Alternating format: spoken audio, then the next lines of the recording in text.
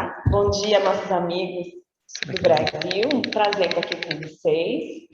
Queria agradecer ao Vitor, sempre com muito carinho, dando os anúncios e também falando das questões importantes aqui do centro.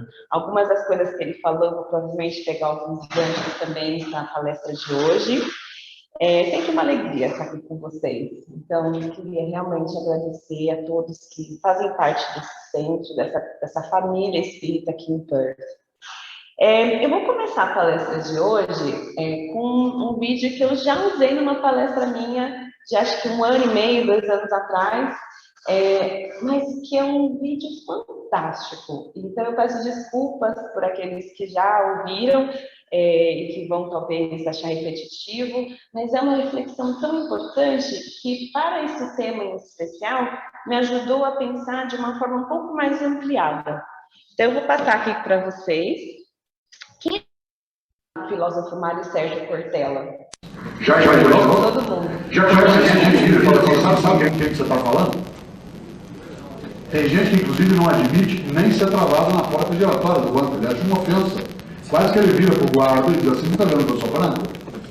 Tem gente que não admite separado num acesso controlado.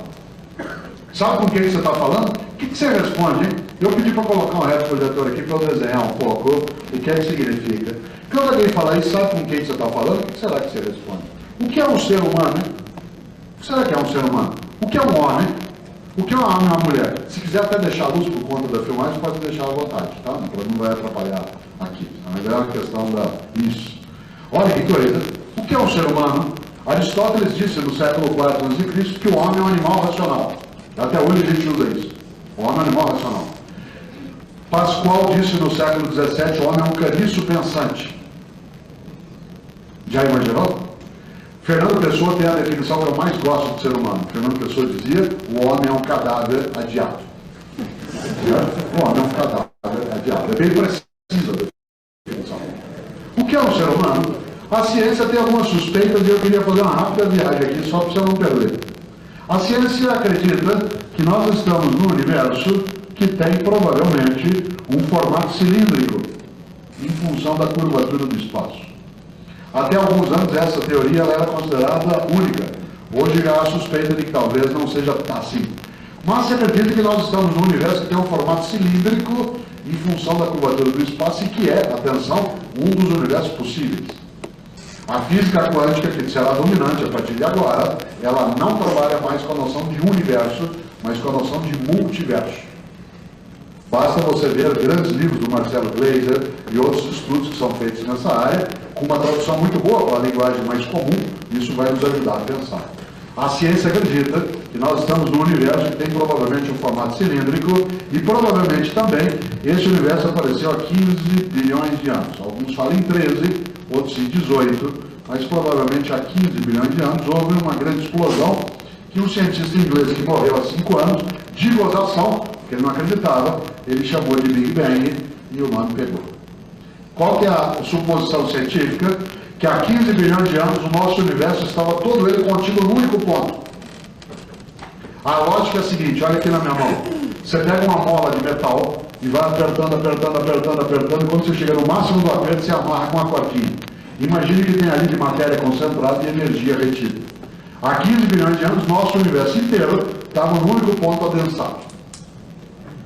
Há 15 bilhões de anos, alguém, alguma coisa, Deus, não sei, foi lá e cortou a cordinha. E aí ele expandiu. Ao expandir, ele expandiu matéria e liberou energia. Fique tranquilo, nós estamos ainda em expansão.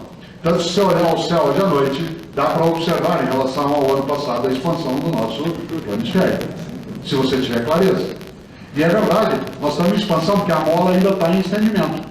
Aliás, quero lembrar você que o céu que você vê hoje é o céu de 2004, que é exatamente a velocidade da luz das estrelas que estão chegando para nós. Nunca ofereça o céu à sua amada. Esse é o nosso céu porque pode ser o de outra. Era o de 2004. O céu de agora, de hoje, você só vai ver em 2010, de fato. Ora, há 15 bilhões de anos houve uma expansão aceleradíssima de matéria e energia, nós estamos em expansão. Você vai concluir o óbvio comigo, né? Quando chegar no ápice da expansão da bola, ela vai voltar. E depois parece que esse processo ele é sistólico e diastólico como o nosso coração. Talvez os orientais conheçam isso melhor, porque eles têm religiões que trabalham com a noção do expandir e recolher. O pulmão faz isso, o coração faz. Parece que o planeta e a vida fazem isso. O nosso sexo expande e retrai. Parece que tem um segredo na vida do sistólico e diastólico. Não sei. Aí é uma questão de crença. De qualquer forma, né, há essa. Fique tranquilo, porque esse encolhimento a ciência já calculou vai se dar em 12 bilhões de anos. Até lá você já está aposentado pelas novas regras. Por isso que eu fiz o meu PGBL no banco, exatamente para poder me garantir. Olha só, há 15 bilhões de anos houve uma expansão aceleradíssima de matéria e energia. Essa matéria se concentrou naquilo que nós humanos chamamos de estrelas, e as estrelas se agruparam no que nós humanos chamamos de galáxias. Galáxia em grego é leite.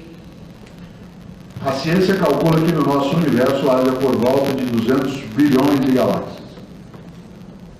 Não são 200 galáxias, são 200 bilhões de galáxias.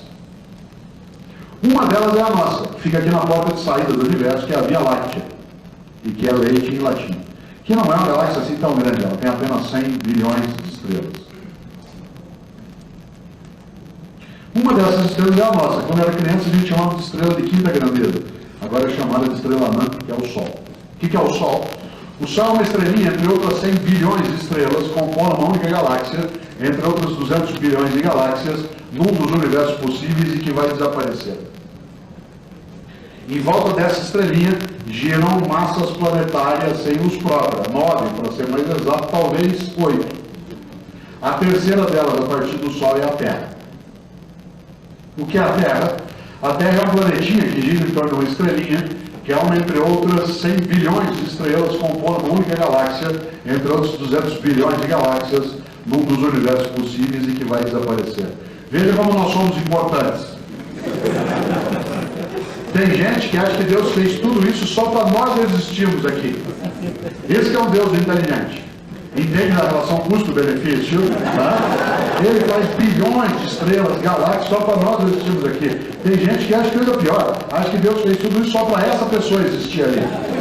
Com o dinheiro que ela carrega, com o sotaque que ela usa, com a religião que ela pratica, com o cargo que ela tem dentro do banco ou na universidade, com a cor da pele que ela tem. Já imaginou? A ciência sabe desse nosso planeta tem uma coisa chamada vida. É engraçado que tem gente que acha que só tem vida aqui, porque isso aqui é tão pequeno, né? A ciência calcula que no nosso planetinha haja por volta de 30 milhões de espécies, mas até agora só classificou 3 bilhões de espécies de vírus diferentes. Uma delas é a nossa, Homo sapiens. A nossa espécie é uma espécie, entre outras 3 milhões de espécies já classificadas, que vive num planetinha que gira em torno de uma estrelinha, que é uma, entre outras 100 bilhões de estrelas, compondo uma única galáxia, entre outros 200 bilhões de galáxias, num dos universos possíveis e que vai desaparecer. Essa espécie, em 2007, que é onde nós estamos, tem 6 bilhões e 400 milhões de indivíduos. Um deles é você. Quem és tu? Tu és um indivíduo entre outros 6 bilhões e 400 milhões de indivíduos. Compõe uma única espécie, entre outras 3 milhões de espécies já classificadas, que vive num planetinha que gira em torno de uma estrelinha, que é uma entre outras 100 bilhões de estrelas, compõe uma única galáxia, entre outros 200 bilhões de galáxias, num dos universos possíveis e que vai desaparecer. E o Romário? O Romário não, o Romário está acima.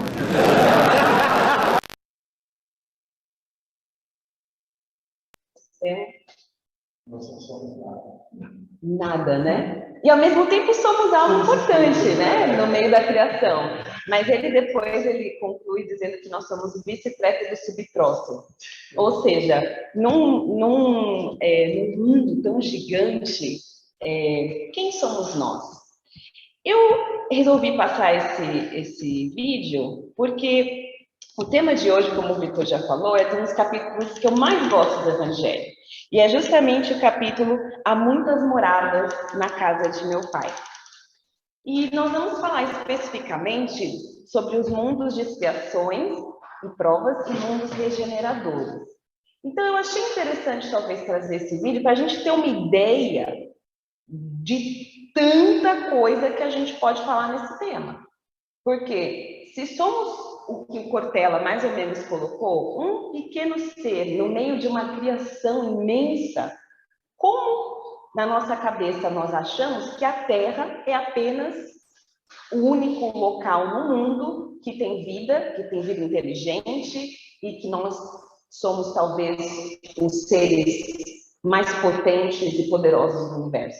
Então, quando a gente coloca tudo isso em perspectiva, e o Cortella acho que conseguiu explicar isso muito bem, com muito humor, fica talvez um pouco mais fácil a gente entender por que aqui estamos nesse momento e por que somos parte de uma grande criação.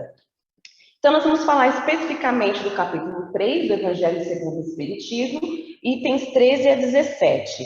Nós já assistimos o vídeo e essas foram algumas das conclusões que eu tomei. Quando eu passei esse vídeo há 1 ano e meio, 2 anos atrás, o tema da matéria é orgulho e ódio. E eu fiz uma reflexão específica sobre isso. Nesse vídeo, assistindo para esse específico momento, eu consegui talvez pensar que Deus realmente é a inteligência suprema, a causa primeira de todas as coisas, que é justamente a resposta primeira do Livro dos Espíritos, quando Kardec pergunta o que é Deus. Então, na nossa, talvez, condição de criatura, entender que todo esse universo maravilhoso foi criado com muito amor, foi criado para nos auxiliar, foi criado para que nós consigamos um dia entender esse amor tão maravilhoso que Deus tem por nós. Quando nós enxergamos esse vídeo, não dá para a gente se conter com a ideia de que isso daqui é isso. Que quando a gente olha essas cenas trágicas do nosso dia a dia, que esse ser que é inteligência suprema, misericórdia, que é onipotente, que é onipresente, que é amor puro, num nível de amor que a gente não entende, que ele criou tudo isso só para a gente viver isso aqui. Alguém discorda do que eu estou falando? Por isso que é importante, às vezes, a gente pensar no tríplice aspecto da doutrina espírita, que também é filosofia.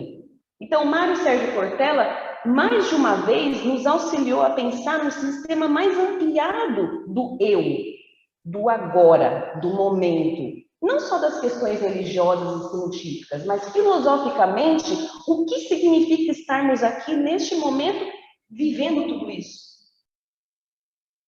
Graças a Jesus, conseguimos entender que não é este apenas o momento que devemos nos focar. E no capítulo 14 do Evangelho de João, Jesus coloca-nos dessa forma: não se turbe o vosso coração, não se desespere quando é isso que você vai ver nesse mundo. Crede em Deus, crede também em mim, porque há muitas moradas na casa de meu Pai. Se assim não fosse, eu já lhe teria dito, pois vou preparar um lugar, e depois que eu me for, vou aparelhar o lugar, virei outra vez, e tomarei-vos para mim, para que lá onde estiver, estejais vós também. Consola. Essa frase nos consola. E é justamente por isso que eu amo esse capítulo, porque eu não consigo dormir à noite sabendo que tudo isso daqui é apenas isso aqui. Então, quando a gente consegue ter uma visão um pouco mais ampliada, fica talvez mais fácil criar um relacionamento com Deus, criar um relacionamento com Jesus, porque tudo isso é temporário. Existem muitas moradas, essa é apenas uma delas, diante daquele universo enorme que Cortella nos descreveu. No livro Evangelho segundo o Espiritismo, também no capítulo 3, mas no item 3, se não me engano, Kardec, de forma sistemática, começa a explicar um pouquinho da variedade, da pluralidade dos mundos habitáveis. Então, ele coloca 1, 2, 3, 4, 5 tipos de mundos que, possivelmente, numa classificação sistemática e pedagógica, fique um pouco mais fácil para a gente compreender essas várias moradas que existem no universo. O primeiro mundo é o mundo primitivo. Se a gente imaginar as nossas aulas de ciências, de quando estávamos na escola, em que falávamos dos primatas, em que falávamos dos homens das cavernas, são basicamente esses mundos que esses espíritos habitam. Então, são mundos destinados às primeiras encarnações da alma, do espírito, que é o princípio inteligente, criação de Deus. Então, esses espíritos que são acabados de criar, que Deus ali, com todo o seu amor, acabou de formar e que ainda são predominantemente extintos, é lá que eles vão encarnar. Seguindo, nós temos os mundos de expiação e provas, que é onde estamos no momento. Nesses mundos, ainda há o instinto ainda predomina, mas já conseguimos ter uma ideia um pouco mais elevada do que pode ser o alcance da nossa moral.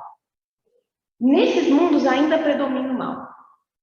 Seguindo, nós temos os mundos de regeneração, que é a nossa meta, pelo menos a minha, né? Que eu acho que, não sei se eu vou chegar tão cedo, mas a meta é chegar no mundo de regeneração, onde o mal não mais vai dominar. Esses são os mundos que nós vamos falar um pouquinho mais para frente, de transição. São mundos onde as almas que ainda têm o que espiar, que ainda têm que aprender, vão adquirir novas forças, repousando das lutas, dos cansaços, das dores, dos sofrimentos, que vivemos nos mundos de expiação e prova. Então, depois de passarmos por todas as vicissitudes, ou passarmos por momentos realmente que vão nos transformar moralmente, é para lá que nós vamos. Depois de regeneração, vamos para os mundos ditosos, onde o bem sobrepuja o mal. O mal é coisa do passado. Não é a palavra mais que nós vamos ouvir. Lá os espíritos estão destinados a viver e fazer e ser o bem. Por fim, mundos celestes ou mundos divinos, que são habitações de espíritos depurados, onde exclusivamente reina o bem. Nós tivemos o prazer de, dezembro do ano passado, termos uma palestra, foi em maio desse ano, nós tivemos a palestra do Dr. Alexandre Sebrián, que falou sobre Maria, Mãe de Jesus. E uma das coisas que mais ficou gravado no meu coração daquela palestra foi justamente o trabalho que Maria, o Espírito Maria, fez para sair desse mundo de celestes ou divinos e chegar no mundo de provas e expiações para encarnar enquanto Mãe de Jesus. Interessante ouvir a palestra dele, que está no nosso Facebook, inclusive, está gravada, porque ele fala do trabalho perispiritual, porque Maria não tinha perispírito, né? Maria já... o perispírito sendo o envoltório semimaterial que reveste o espírito, ou seja, ainda é matéria. Então, os espíritos que aqui estão não mais possuem matéria. Então, ele explica, em torno de uns 15, 20 minutos, como que Maria começou a se materializar, talvez por não ter uma palavra melhor, passando, então, nos mundos ditosos, nos mundos de regeneração, trabalhando, adquirindo formas para conseguir chegar no mundo de expiações e provas. Então, nós estamos fazendo o caminho contrário. Nós estamos indo em direção aos mundos celestiais ou divinos. Maria fez o caminho para chegar até nós. E quanta coisa nós aprendemos se entendemos o que Maria representa para o cristianismo e para a vida de Jesus. Não vou gastar muito tempo aqui, mas se a gente for refletir um pouco sobre esses mundos que eu falei, claro que diferentes espíritos habitam esses mundos. Não dá para nós acharmos que os mundos celestes ou divinos, nós vamos encontrar espíritos que estão nas primeiras encarnações. Então, Kardec, novamente, sistematicamente, nos trouxe uma escala que explica mais ou menos quem somos, quem são esses espíritos que habitam essas várias moradas do universo. Essa é a questão número 100 do Livro dos Espíritos. E se você começa a enxergar, ele vai desde esses primeiros espíritos, os primitivos, até os espíritos puros. Essa escala não é absoluta. Então, a gente não pode se apegar, talvez, a algumas das terminologias que Kardec utilizou aqui. Então, se a gente for pensar, por exemplo, que os espíritos levianos são apenas levianos, talvez não seria essa a intenção de Kardec.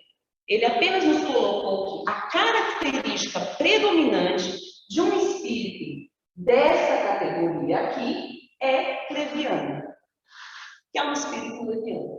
Estou passando isso por quê? Porque os espíritos da primeira, aliás, da 10ª classe até a 4ª classe, são os espíritos que estão nesses mundos de provas e expiações e nos mundos regeneradores. Então, quem são esses espíritos? São os impuros, os levianos, os pseudo-sábios, que falam do gargalo, que acham que sabem, mas no fundo o que predomina são as paixões. São os espíritos neutros, estão nem aí para nada, não faço bem, mas também não faço mal. São os espíritos que são perturbadores. Nenhum de vocês aqui, né? Também não sou nenhuma dessas, me deixe de ver. E aí temos os espíritos benevolentes e os espíritos prudentes e sábios, que são os que vão começar a habitar os mundos regeneradores. Uma classificação relativa, novamente, nada disso aqui é absoluto, tá? Mas Kardec nos deu uma chance de entender um pouco quem somos nós, quando Cortella faz aquela questão e explica o universo. Agora, mundo de provas e expiações. Provas e expiações são conceitos diferentes. E Emmanuel, no livro O Consolador, que foi psicografado por Chico Xavier, coloca assim, que a provação é a luta que ensina ao discípulo rebelde e preguiçoso a estrada do trabalho e da edificação espiritual. Ou seja, é a oportunidade, é a chance de lutar, é a chance de vencer. A expiação é a pena imposta ao malfeitor que cometeu um crime. Então, o Vitor, quando abriu o coração e falou na sua prece sobre os nossos irmãos que hoje não podem gozar de sua liberdade, seriam mais ou menos esses espíritos, que assim como nós cometemos falhas, e então estamos aqui espiando, tendo que viver a consequência disso tudo. A Federação Espírita Brasileira expande um pouquinho mais nessas ideias e coloca assim que as provações elas podem ser difíceis, não temos dúvida. Mas é por seu intermédio, são através dessas provas, que o espírito é colocado em situações que o afasta desse estado de inércia, de neutralidade, que muitas vezes nós nos colocamos. E é uma oportunidade para que possamos trabalhar e nos melhorar nessas condições atuais que vivemos. As expiações, o espírito vê-se colocado prisioneiro, causa e efeito. Não tem como fugir da expiação. Justamente porque é o uso indevido do nosso livre-arbítrio. Para que não se prejudique mais, renasce sob processos de contentação que obviamente produzem sofrimentos. Sobretudo, se o ser espiritual ainda não consegue aprender o valor da dor como instrumento de educação e curas espirituais. Então, dá para entender o porquê da gente ainda estar vendo tanto disso aqui no mundo? Porque estamos justamente passando por esses momentos em que estamos depurando as faltas que já cometemos, ou estamos aqui para trabalhar, para não mais vivermos ou sermos esses cenários. Agora, quais são as características do mundo de provas e expiações? Primeiro, a superioridade da inteligência. Nossa, como assim da superioridade da inteligência? Você acabou de falar que a gente ainda está aprendendo, tentando alcançar novos voos? É uma superioridade relativa. Para um grande número de seus habitantes, indica que não somos mais espíritos primitivos, mas que ainda precisamos continuar trabalhando. Já temos algumas qualidades inatas, mas ainda predomina o vício e as imperfeições. Essa é a primeira característica de um mundo de prova e expiação. Isso é que o Kardec coloca no item 13, capítulo 3 do Livro dos Espíritos. Espíritos que aqui estão no mundo de provas e expiações são espíritos que são saídos da infância. Não são todos, mas existe um grupo de espíritos que acabaram de sair de um mundo primitivo e que agora estão encarnando no mundo de provas e expiações. Esses são espíritos que talvez nós denominemos espíritos mais selvagens, mais brutos, mais bélicos, mais sensuais. São espíritos que ainda têm um instinto muito mais do que a condição de justiça, de superioridade, de moralidade. Não ainda estão buscando isso. Mas esses espíritos vão aprendendo ao passo que eles estão em contato com espíritos mais avançados.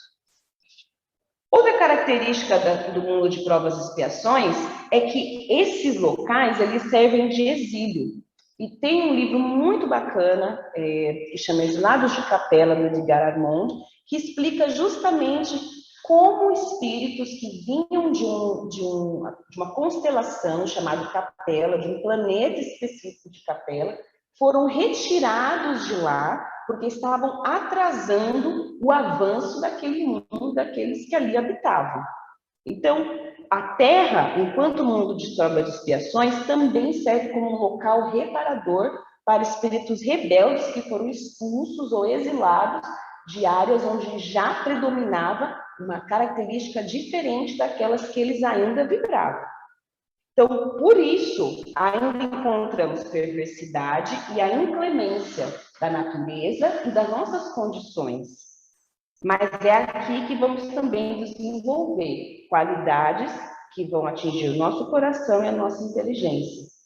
Quem aqui já assistiu o filme The Boy That Harnessed the Wind? Está no Netflix. Fantástico. Fantástico. Eu achei interessante trazer esse livro, esse filme como exemplo, e está no Netflix ainda, depois posso passar o nome certinho, porque ele mostra como um rapaz simples, com poucos recursos, mas com uma vontade de vencer, com uma vontade de não deixar que a falta de recurso fosse o fim daquele grupo, daquelas pessoas que ali habitavam. Ele conseguiu, através da inteligência, da sua força, superar essa inclemência da natureza. Então, a seca que ameaçava a extinção daquela família não ia detê-lo. Então, é isso que nós enxergamos no mundo de provas e expiações. Espíritos que enxergam adversidades, mas que carregam em si a vontade de vencer. Então, esse foi um bom exemplo, eu imaginei, para trazer, para poder refletirmos como, às vezes, deixamos que as condições do agora determinem aonde nós queremos chegar. O mundo de provas e expiações é assim, tem aqui uma pá e tem aqui um pouquinho de água, é o terreno, vai lá capinar. Esse rapaz conseguiu fazer isso de forma brilhante nesse filme, que eu recomendo ver, se ainda estiver no Netflix. Agora, mundos regeneradores. Quais são as 3 características principais? Engraçado que meu pai, em 2018, veio para a Austrália. Eu não sei se vocês já tiveram a Brisbane, mas em Brisbane tem o que a gente chama de City Cat, que é aquele ferry, né, que você passeia pelo rio. E meu pai passeando, meu pai de São Paulo, né, passeando ali no ferry, num dia lindo de sol, ele vira e fala assim: olha, filha, eu não sei, mas eu tô achando que aqui é o início da regeneração. Então, pode ser que a gente já tenha algumas características do que está por vir, né? E os mundos regeneradores, eles servem de transição, como eu falei anteriormente, né? Então, é aquele já cansou, já venceu, já superou, já se arrependeu, como o Vitor falou na sua prece, mas eu ainda não tenho gás. Eu preciso de recuperar as minhas forças. A nossa ambição é chegar nesse mundo de regeneração. Lá, cuidado, o homem ainda está sujeito às leis que regem a matéria. Então, se você está sujeito às leis que regem a matéria e não se adequar ao padrão vibracional, você vai voltar para o de provas e expiações, que foi o que aconteceu com nossos irmãos capelinos. Lá, esses mundos estão... desculpa, a humanidade prova as vossas sensações e os vossos desejos, mas lá, esses espíritos está liberto das paixões desordenadas que vos escravizam. Então, ainda tem componentes do mal, mas não impera mais os vícios, as paixões desordenadas que nós carregamos dentro de mim. Outra característica, lá não há mais o orgulho. Eu não consigo nem imaginar que isso seja. Não tem mais espírito orgulhoso. Eu realmente vou demorar muito para chegar lá. Esse orgulho que cala o nosso coração, a inveja que tortura, o ódio que o asfixia. A palavra amor é a predominância.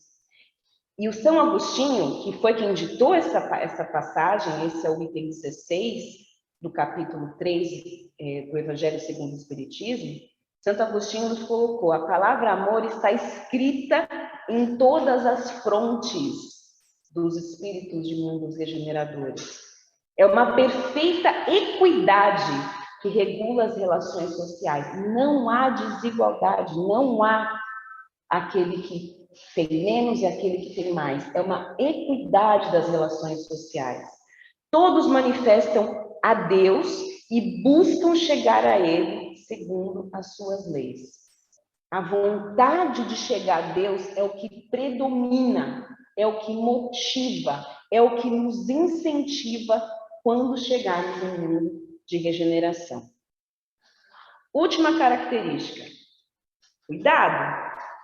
Nesses mundos, o homem ainda é falível. O espírito do mal não perdeu completamente o seu domínio sobre ele. Então, essas são as características básicas desses dois mundos. Agora, quem quer saber um pouco mais, porque o nosso tempo está chegando ao fim, essas são algumas das bases doutrinárias que vale a pena ler.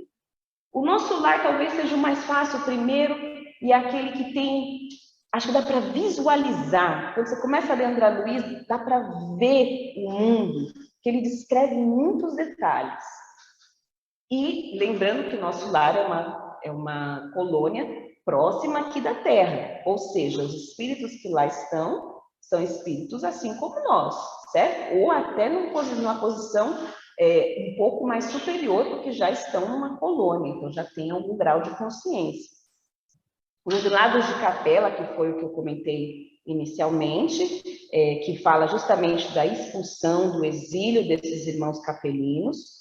No mundo do mundo de regeneração, é um livro novo de Divaldo, que fala justamente sobre essa jornada da Terra, de todos nós diariamente, tentando chegar lá, nesse mundo de regeneração, que vai ser a Terra um dia, e às vezes a gente acha que a Terra vai ser para sempre provas e expiações. A Terra será a regeneração. Nós sendo regenerados ou não. Então, o Divaldo consegue detalhar isso muito bem com Manuel Filomeno de Miranda. E, por fim, O Caminho da Luz, que é um livro também de Chico e Emmanuel. E esse livro é interessante porque ele fala das raças que habitaram o planeta Terra antes e depois de Jesus. Então, ele fala dos egípcios, ele fala dos romanos, ele fala da raça adâmica, fala dos hebreus.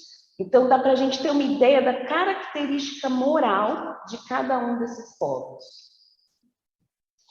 Era isso que eu queria trazer para vocês hoje. Talvez uma informação um pouco mais técnica, não tanto da moral, mas, sem dúvida, um tema que eu acho fascinante quando a gente começa a entender a longa caminhada que nós temos como espírito e quando a gente passar para pensar, quando perguntarem quem é você, com quem você acha que está falando, que possamos então refletir nesse eu perante toda essa criação que Deus carinhosamente compartilha conosco.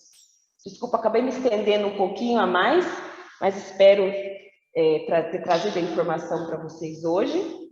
O pessoal de casa, a gente vai fazer a prece final. As crianças estão chegando para nos acompanhar.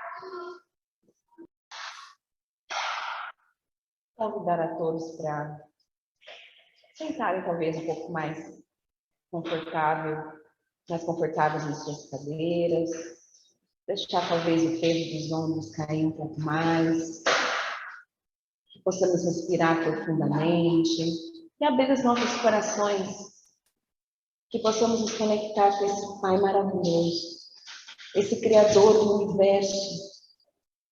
universo imenso, Pai, muito maior que o nosso conceito de infinito. E que somos, Pai, nesse momento, a criatura que se volta ao Criador, dizendo obrigada, muito obrigada. Obrigada por dar-nos o exemplo de Jesus, esse mestre, que tanto nos ensinou, que nos uniu, que nos mostrou a forma de como devemos viver.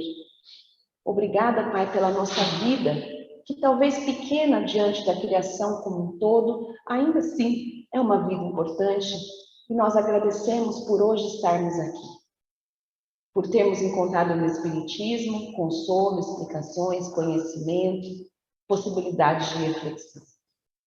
Que na noite de hoje possamos sair daqui um pouco mais aliviados, consolados, amparados, fortalecidos, Pai, do que quando chegamos.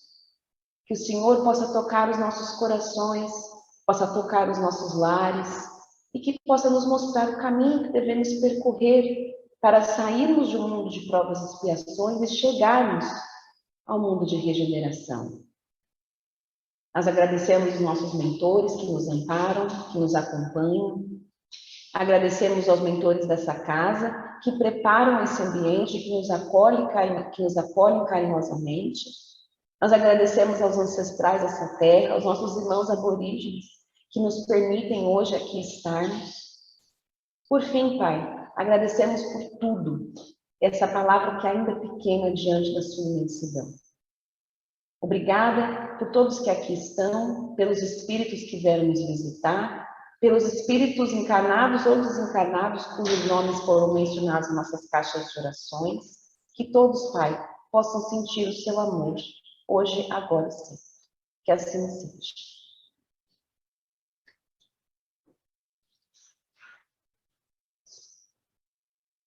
Os nossos irmãos em casa, por favor, coloquem um recipiente de água. Nós vamos iniciar os trabalhos de passe. Não é porque vocês não estão aqui fisicamente que os amigos também não vão nos visitar em casa. Então, vamos manter a calma, a concentração e vamos iniciar o trabalho do passe.